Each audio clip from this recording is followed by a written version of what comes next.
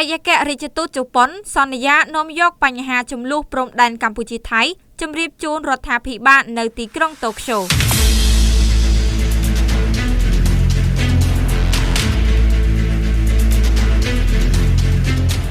ទូតជប៉ុននឹងនាំបញ្ហាចំនួនព្រំដែនកម្ពុជាថៃរាយការណ៍ជូនរដ្ឋាភិបាលនៅទីក្រុងតូក្យូ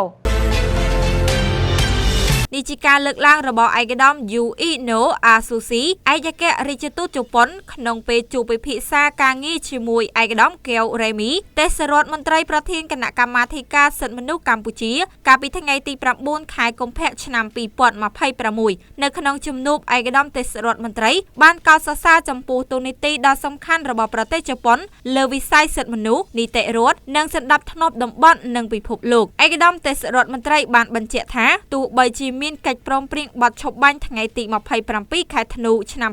2025យ៉ាងណាក៏ដោយក៏ជនភៀសសឹកប្រមាណជា90000នាក់មិនទាន់អាចត្រឡប់ទៅកាន់លំនៅឋានខ្លួនវិញដោយសារតែយោធាថៃបន្តកាន់កាប់ទឹកដីកម្ពុជាដោយខុសច្បាប់និងធ្វើសកម្មភាពរារាំងផ្សេងៗដូចជាការដាក់ពង្រាយបន្លាលួសនិងទូកុងតឺន័រជាដើមសកម្មភាពទាំងនេះគឺផ្ទុយទាំងស្រុងទៅនឹងខ្លឹមសារចំណុចទី4នៃកិច្ចព្រមព្រៀងបទឈប់បាញ់ដែលបានចែងថាភាគីទាំងពីរឯកភាពអនុញ្ញាតឲ្យជនស៊ីវិលរស់នៅក្នុងតំបន់ព្រំដែនដែលរងផលប៉ះពាល់វិលត្រឡប់ទៅកាន់ផ្ទះសម្បែងនិងប្រកបជីវភាពរស់នៅធម្មតារបស់ពួកគេវិញក្នុងពេលឆាប់បំផុតដោយគ្មានការរារាំងមានសុវត្ថិភាពនិងសេចក្តីថ្លៃថ្នូរនៅក្នុងតំបន់រៀងៗខ្លួនសកម្មភាពទាំងអស់នេះក៏បាននឹងកំពុងបង្កផលប៉ះពាល់យ៉ាងធ្ងន់ធ្ងរទៅដល់សិទ្ធិសេរីភាពជាមូលដ្ឋានរបស់ជនភៀសសឹកជាពិសេសស្ត្រីកុមារទារកមនុស្សចាស់អ្នកជំងឺនិងជនពិការភាពក្នុងការទទួលបានសិទ្ធិអប់រំការថែទាំសុខភាព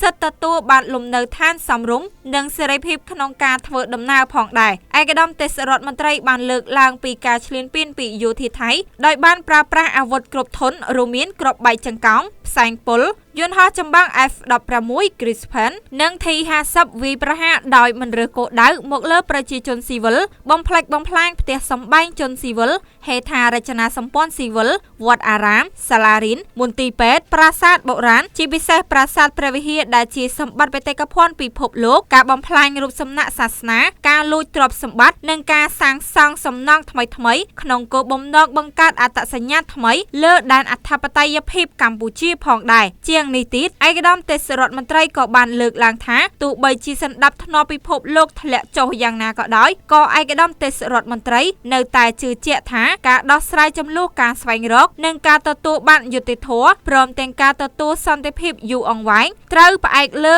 យន្តការនិងច្បាប់អន្តរជាតិឯកឧត្តមមានជំនឿជឿលើសមត្ថភាពនិងទូនីតិដ៏សំខាន់ប្រទេសជប៉ុនក្នុងការជំរុញឲ្យភាគីថៃចូលរួមដោះស្រាយបញ្ហានេះស្របតាមយន្តការនិងលិខិតបទដ្ឋានគតិយុត្តជាធរមានជាការឆ្លើយតបឯកឧត្តម Yuino Asushi និងជម្រាបជូនរដ្ឋាភិបាលនៅទីក្រុងតូក្យូពីស្ថានភាពព្រំដែនកម្ពុជាថៃឯកឧត្តមឯកអគ្គរដ្ឋទូតបន្ថែមទៀតថារដ្ឋាភិបាលជប៉ុនបានផ្ដល់ជំនួយមនុស្សធម៌ទៅដល់ជនភៀសសឹកនៅតាមព្រំដែនដែលរងផលប៉ះពាល់ពីចំនួននេះដើម្បីរួមចំណែកចែករំលែកការលំបាកជាមួយរាជរដ្ឋាភិបាលកម្ពុជាពិសេសជនភៀសសឹកដែលជានិច្ចកាលភាគីមិត្តជប៉ុនតែងតែគាំទ្រនិងផ្ដល់កិច្ចសហប្រតិបត្តិការទៅវិញទៅមក